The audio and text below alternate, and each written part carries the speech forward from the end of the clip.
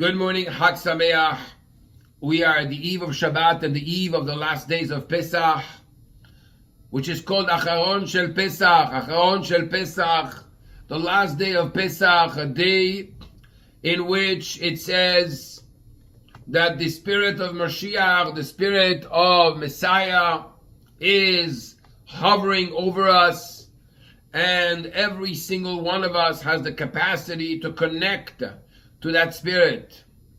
And one of the prayers we say when we open the ark is, Veitkayem bi, may I experience what it says in the verse concerning Mashiach himself in chapter 11 of Isaiah. I really advise you to read and to study that chapter, that it says concerning the spirit, concerning Mashiach, V'nachalav Ruach Hashem, that on him rests the Spirit of God, Ruach Chochmah Ubina, a spirit of wisdom, a spirit of understanding, Ruach Da'at, a spirit of connection, a spirit of knowledge, Ve'irat Hashem, and the fear of Hashem.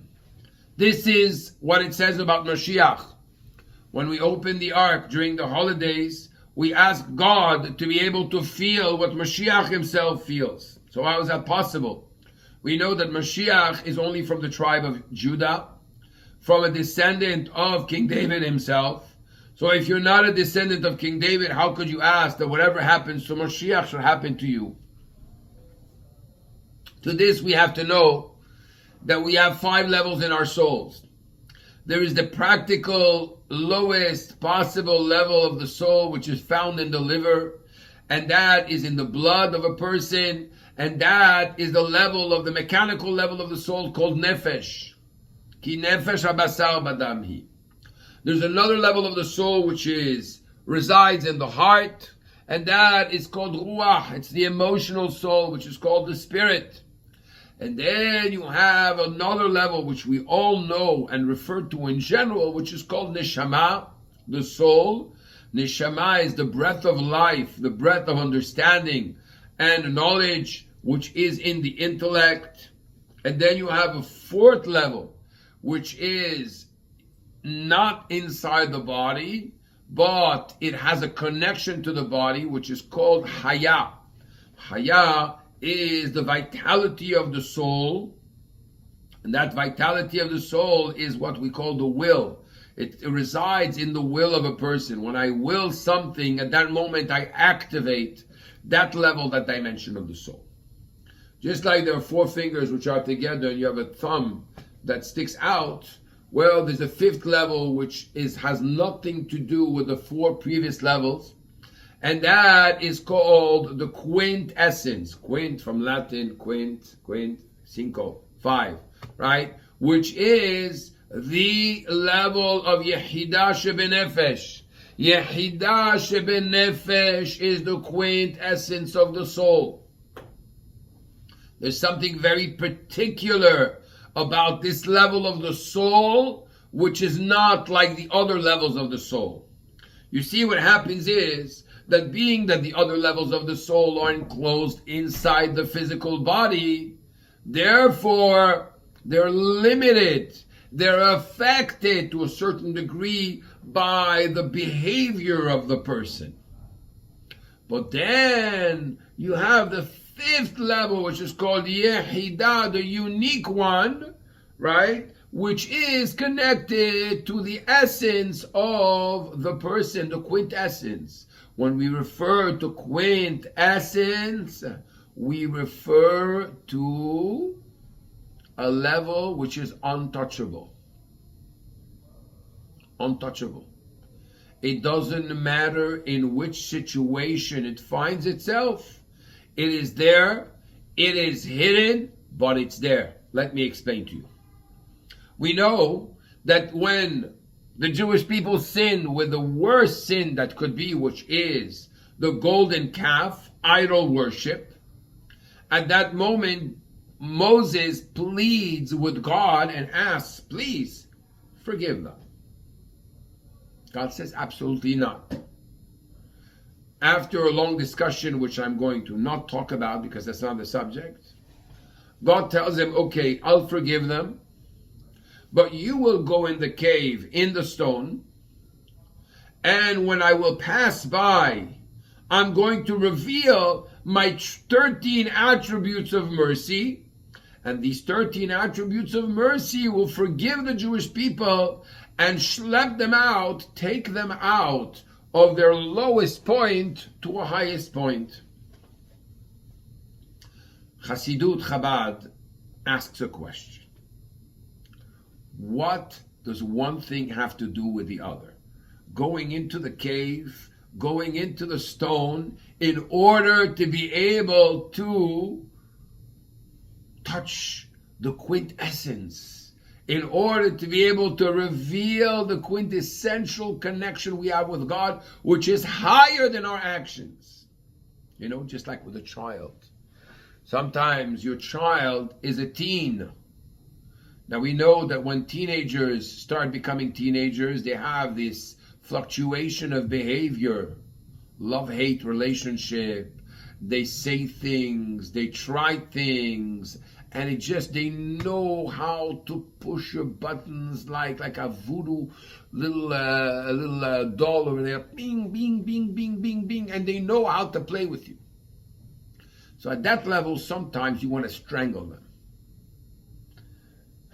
Because, help, you forgot that you were a teenager once and you did it to your parents, and your parents told you that you'll see that when you will have children, then we will laugh. But what happens? This is all good when it comes to the external behavior. But when the child reveals his connection to you as the parent, at that moment, we don't care about the behavior. You don't care about the behavior that happened 2 days before, a second before, because this is your child. So there is that quintessential connection we have with our children. Inside of us, which outside of us, but connected to our soul, the quintessential level of the soul, the fifth level of the soul, is untouchable. But what is it exactly? So when Moshe Rabbeinu Moses says, look, don't look at the behavior of the Jewish people. They're like a spoiled teenager. I want you to show me how you can forgive them. And God says, go inside the stone. I want you to go inside the cave, and then I'll pass by. Why did Moses have to go inside the stone? So the Rabbi answers this in an incredible way. He says, in Chassidut we explain two concepts which are very profound, which are called Helem sheyeshno b'mtziut ve'elem she'eino b'mtziut. Something which is concealed but existent and apparent, and something which is concealed but not apparent and doesn't seem existent. Let me explain. If you take a coal, or you take a piece of log of wood which is lit up with fire, there's the moment the fire is all flame and you see it, it's beautiful, it's something special. Eventually the fire dies out, and the only thing you see is the coal. You only see the embers. Inside, there is a flame. You blow, and the flame appears. It's hidden. The fire is hidden inside the coal. But the same way the fire is hidden inside the coal, the stone as well contains the power of fire.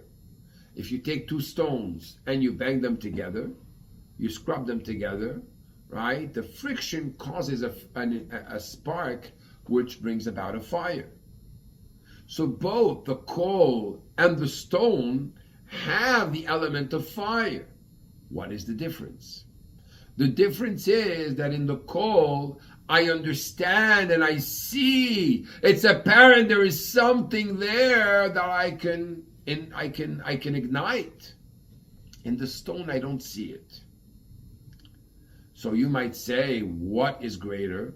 obviously, the coal is greater than the stone when it comes to its power, to ignite, to be ignited, to inflame itself.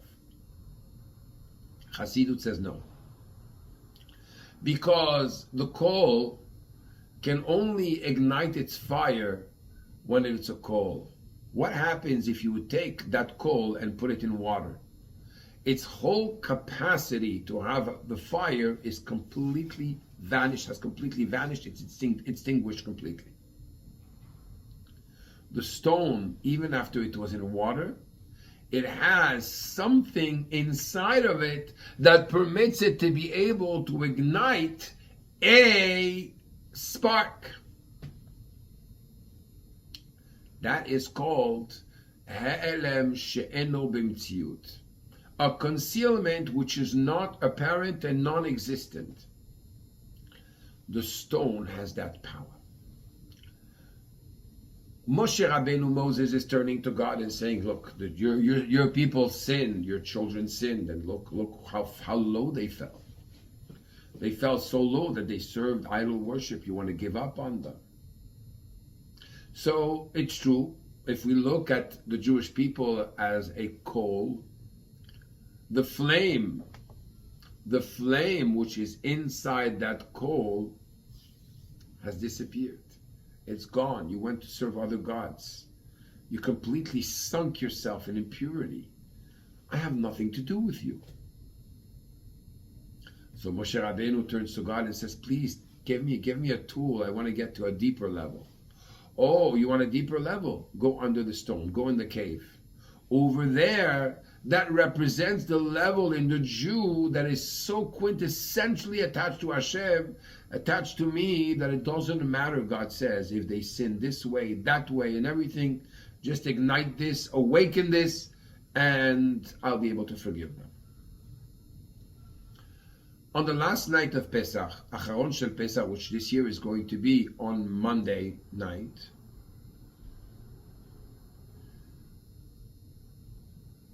we are able to tap into what's called the Yechidah, that quintessential connection we have to God.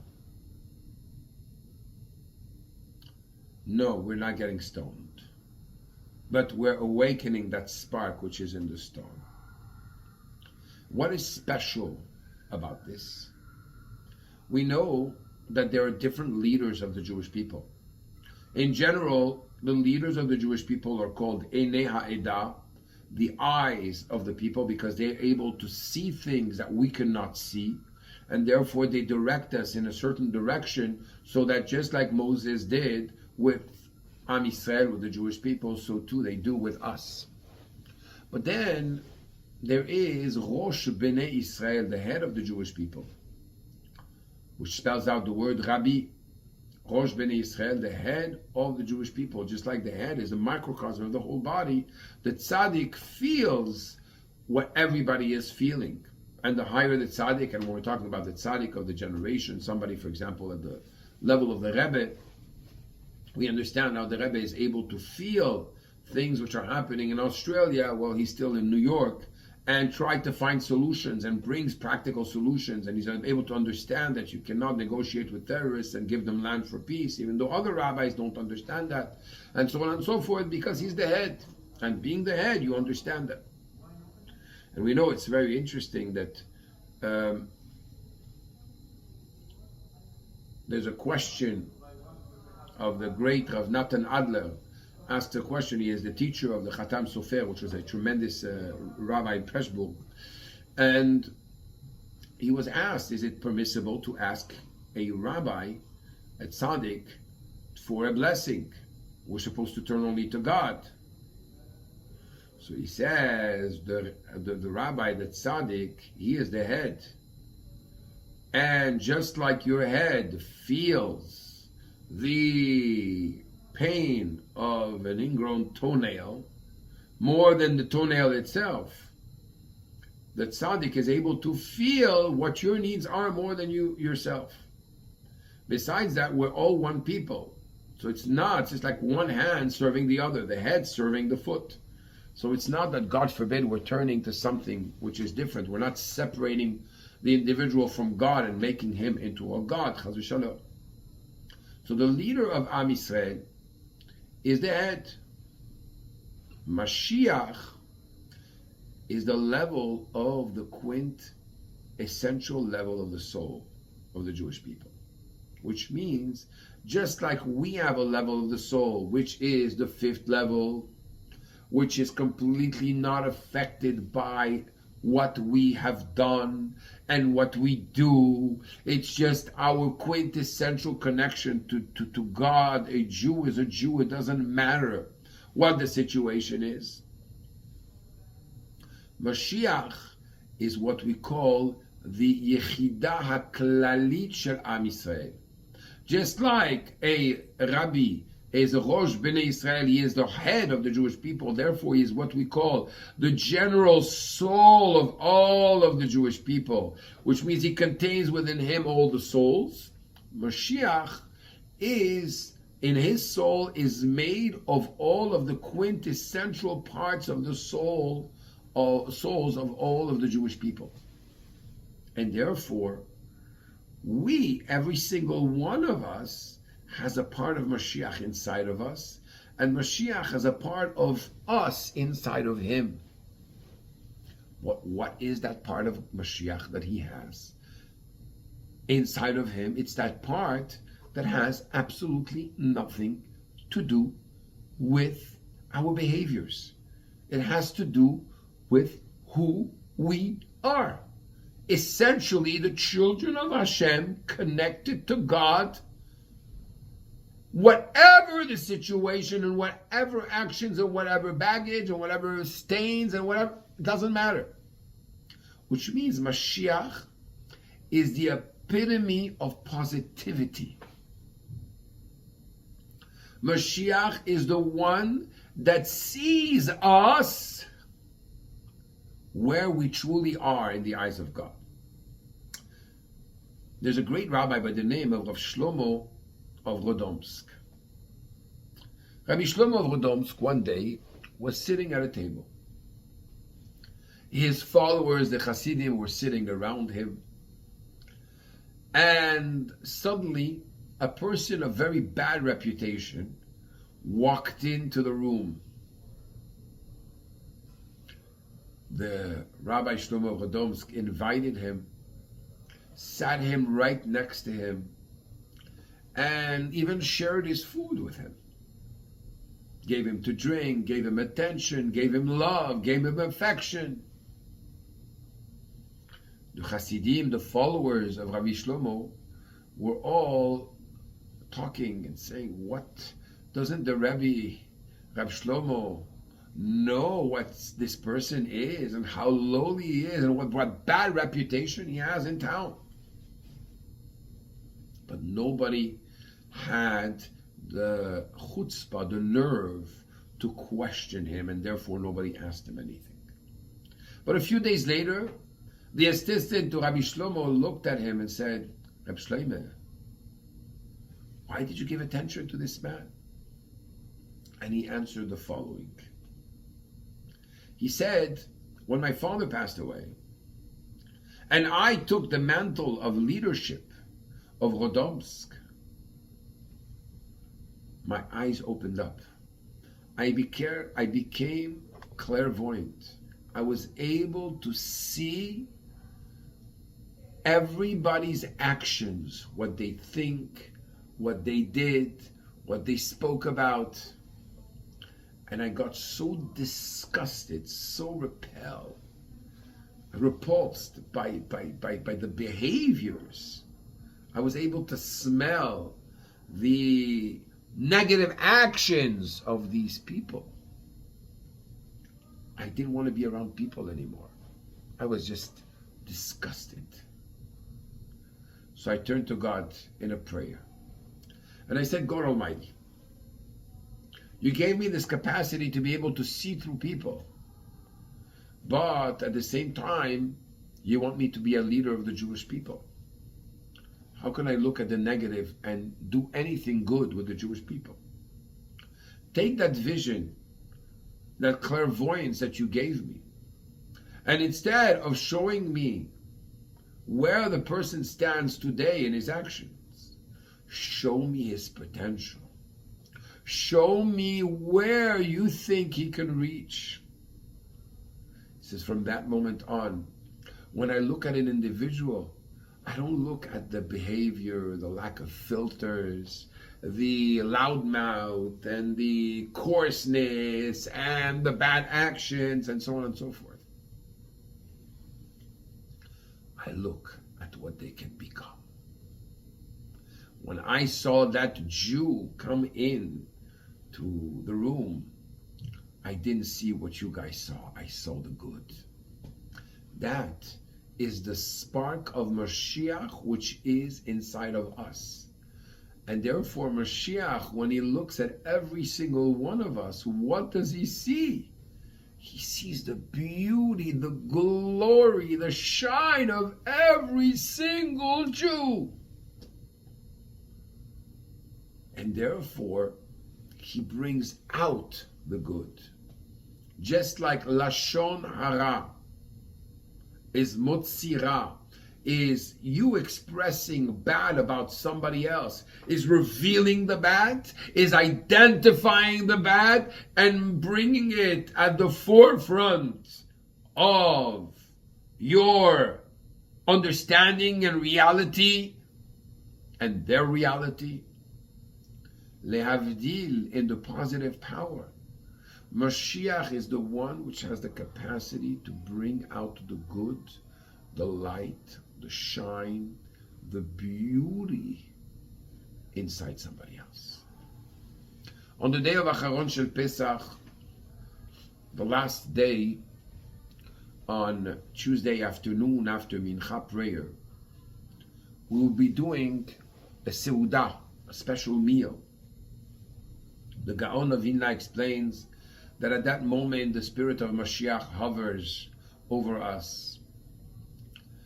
The Baal Shem Tov says, and because it is so, the spirit of Mashiach shines. Let's make a meal. Let's internalize. Let's not keep this at a spiritual, unreachable level. Let's absorb it. Just like we ate matzah on the first night of Pesach, and it was the bread of faith, and we internalized the faith.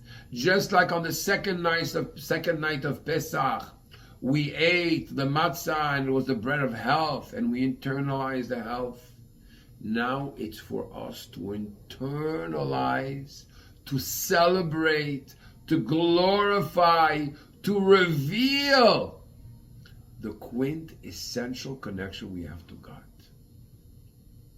By eating matzah, shmura matzah, and drinking 4 cups of wine again. We started the holiday this way, and now we conclude the holiday this way. In such a way that we have the incredible capacity to permeate to internalize and make sure that we are permeated with that spirit of positivity for the whole year. The spirit of Mashiach, which is inside every single one of us. This is where we need to reach. For the world to be a world of goodness and kindness, for the world to be a world of peace, we cannot focus on the negative. Because when you focus on the negative, you are stuck where you are. You cannot experience joy. Mashiach is the same letters as the word sameach, joyful, except that it has the yud. The letter yud, which is the smallest letter of the Hebrew alphabet, the first letter of God's name, and the letter that represents the optimal, highest level, the most potent level of wisdom, and the level of complete surrender and self-nullification. Hu levado ve'en zulato. He is the only one, and there's no one but him, but God. On the day of Acharon Shel Pesach, in the afternoon, I invite you to do this, to participate in a special experience to connect with your quintessential self and to transform your vision forever to a vision which is messianic. A vision which is messianic, a vision of Mashiach, is one where you only focus on the positive. You only focus on the light, and therefore the darkness dissipates itself. You only focus on the positive, and therefore you bring out the positive. And as you bring out the positive, you bring out the purpose in every single element of the world and in every part of your life. Your thoughts are positive, and thoughts are potent. Your vision is positive, and therefore they create the reality. Your speech is potent, and it reveals positivity and potential. And as we do this in our lives, we do this in the family cell, in our environment, we become powers of positivity. We become those who are going to ignite and bring Mashiach. So let's pray that Bezat Hashem, our personal Mashiach will be revealed already before Acharon Shel Pesach, the last day of Passover.